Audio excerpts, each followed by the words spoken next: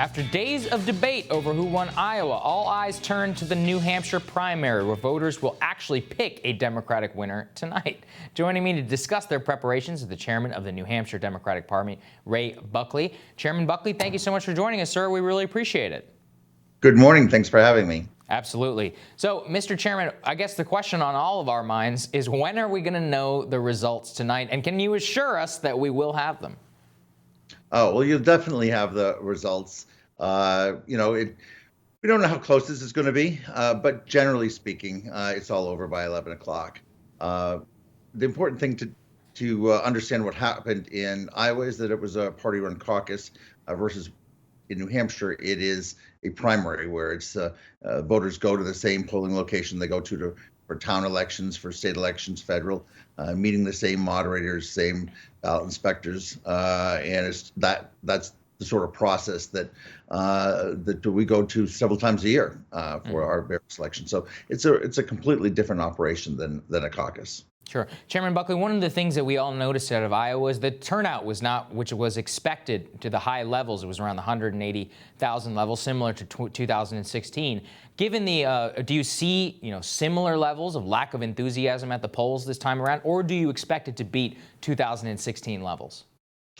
Well, there's certainly a lot of enthusiasm out there for the defeat of Donald Trump. I think one of the challenges that we've had this cycle is the massive number of individuals who are highly qualified, all saying that they'd like to run for president. And I think there seems to be a bit of a percentage of the folks that haven't made a definite decision even as of this morning. And maybe some people just don't feel that they can make a decision, and they're just going to be comfortable with whoever the nominee is going to be coming out of Milwaukee. We'll see.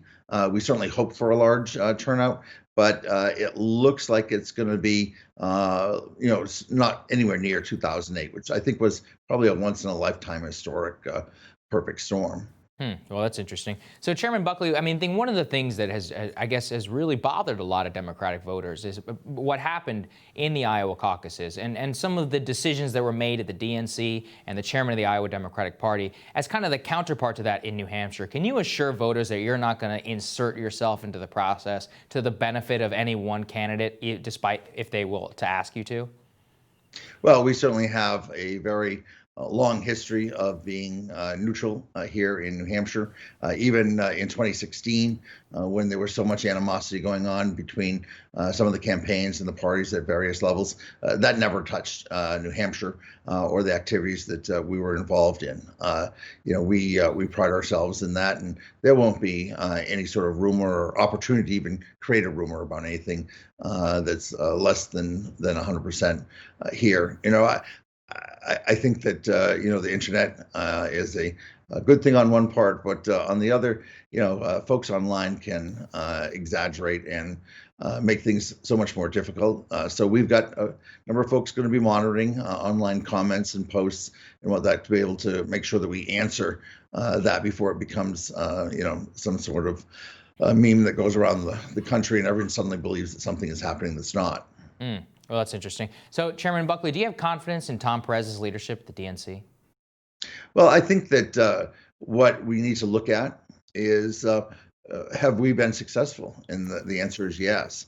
You look at the victory of winning back the House, and thank God we did. If we hadn't, Donald Trump's crimes would not have been able to be exposed like that, and he's now in the history books as being an impeached president because of that. Gaining the governor's races in Kentucky and holding on to Louisiana and expanding our majorities in Virginia, and the sort of victories that we've had all over. And in fact, the DNC support in 2018 was instrumental in our success that we had. So I think that this is a process that sometimes can get a little messy, and we're working very closely with the folks and the other states. There's a team from New Hampshire that's going to be joining probably 100 or so other people from around the country, heading out to Nevada to help them. Caucuses are very difficult, very complicated, and not easy to coordinate. So we'll be working directly with the Nevada Party as we have the last couple of cycles. Anyways, but we think it's important that everyone has full confidence in this effort. Sure. So the last question for you, sir. How can we expect the voting to go today? Just maybe lay out for some of our viewers who are not from New Hampshire what the process is like. How long will people be voting? I know some voting started early at midnight. And how does that all work on your end? All polls in New Hampshire have to open by 7 a.m. 7 a.m. to 7 p.m.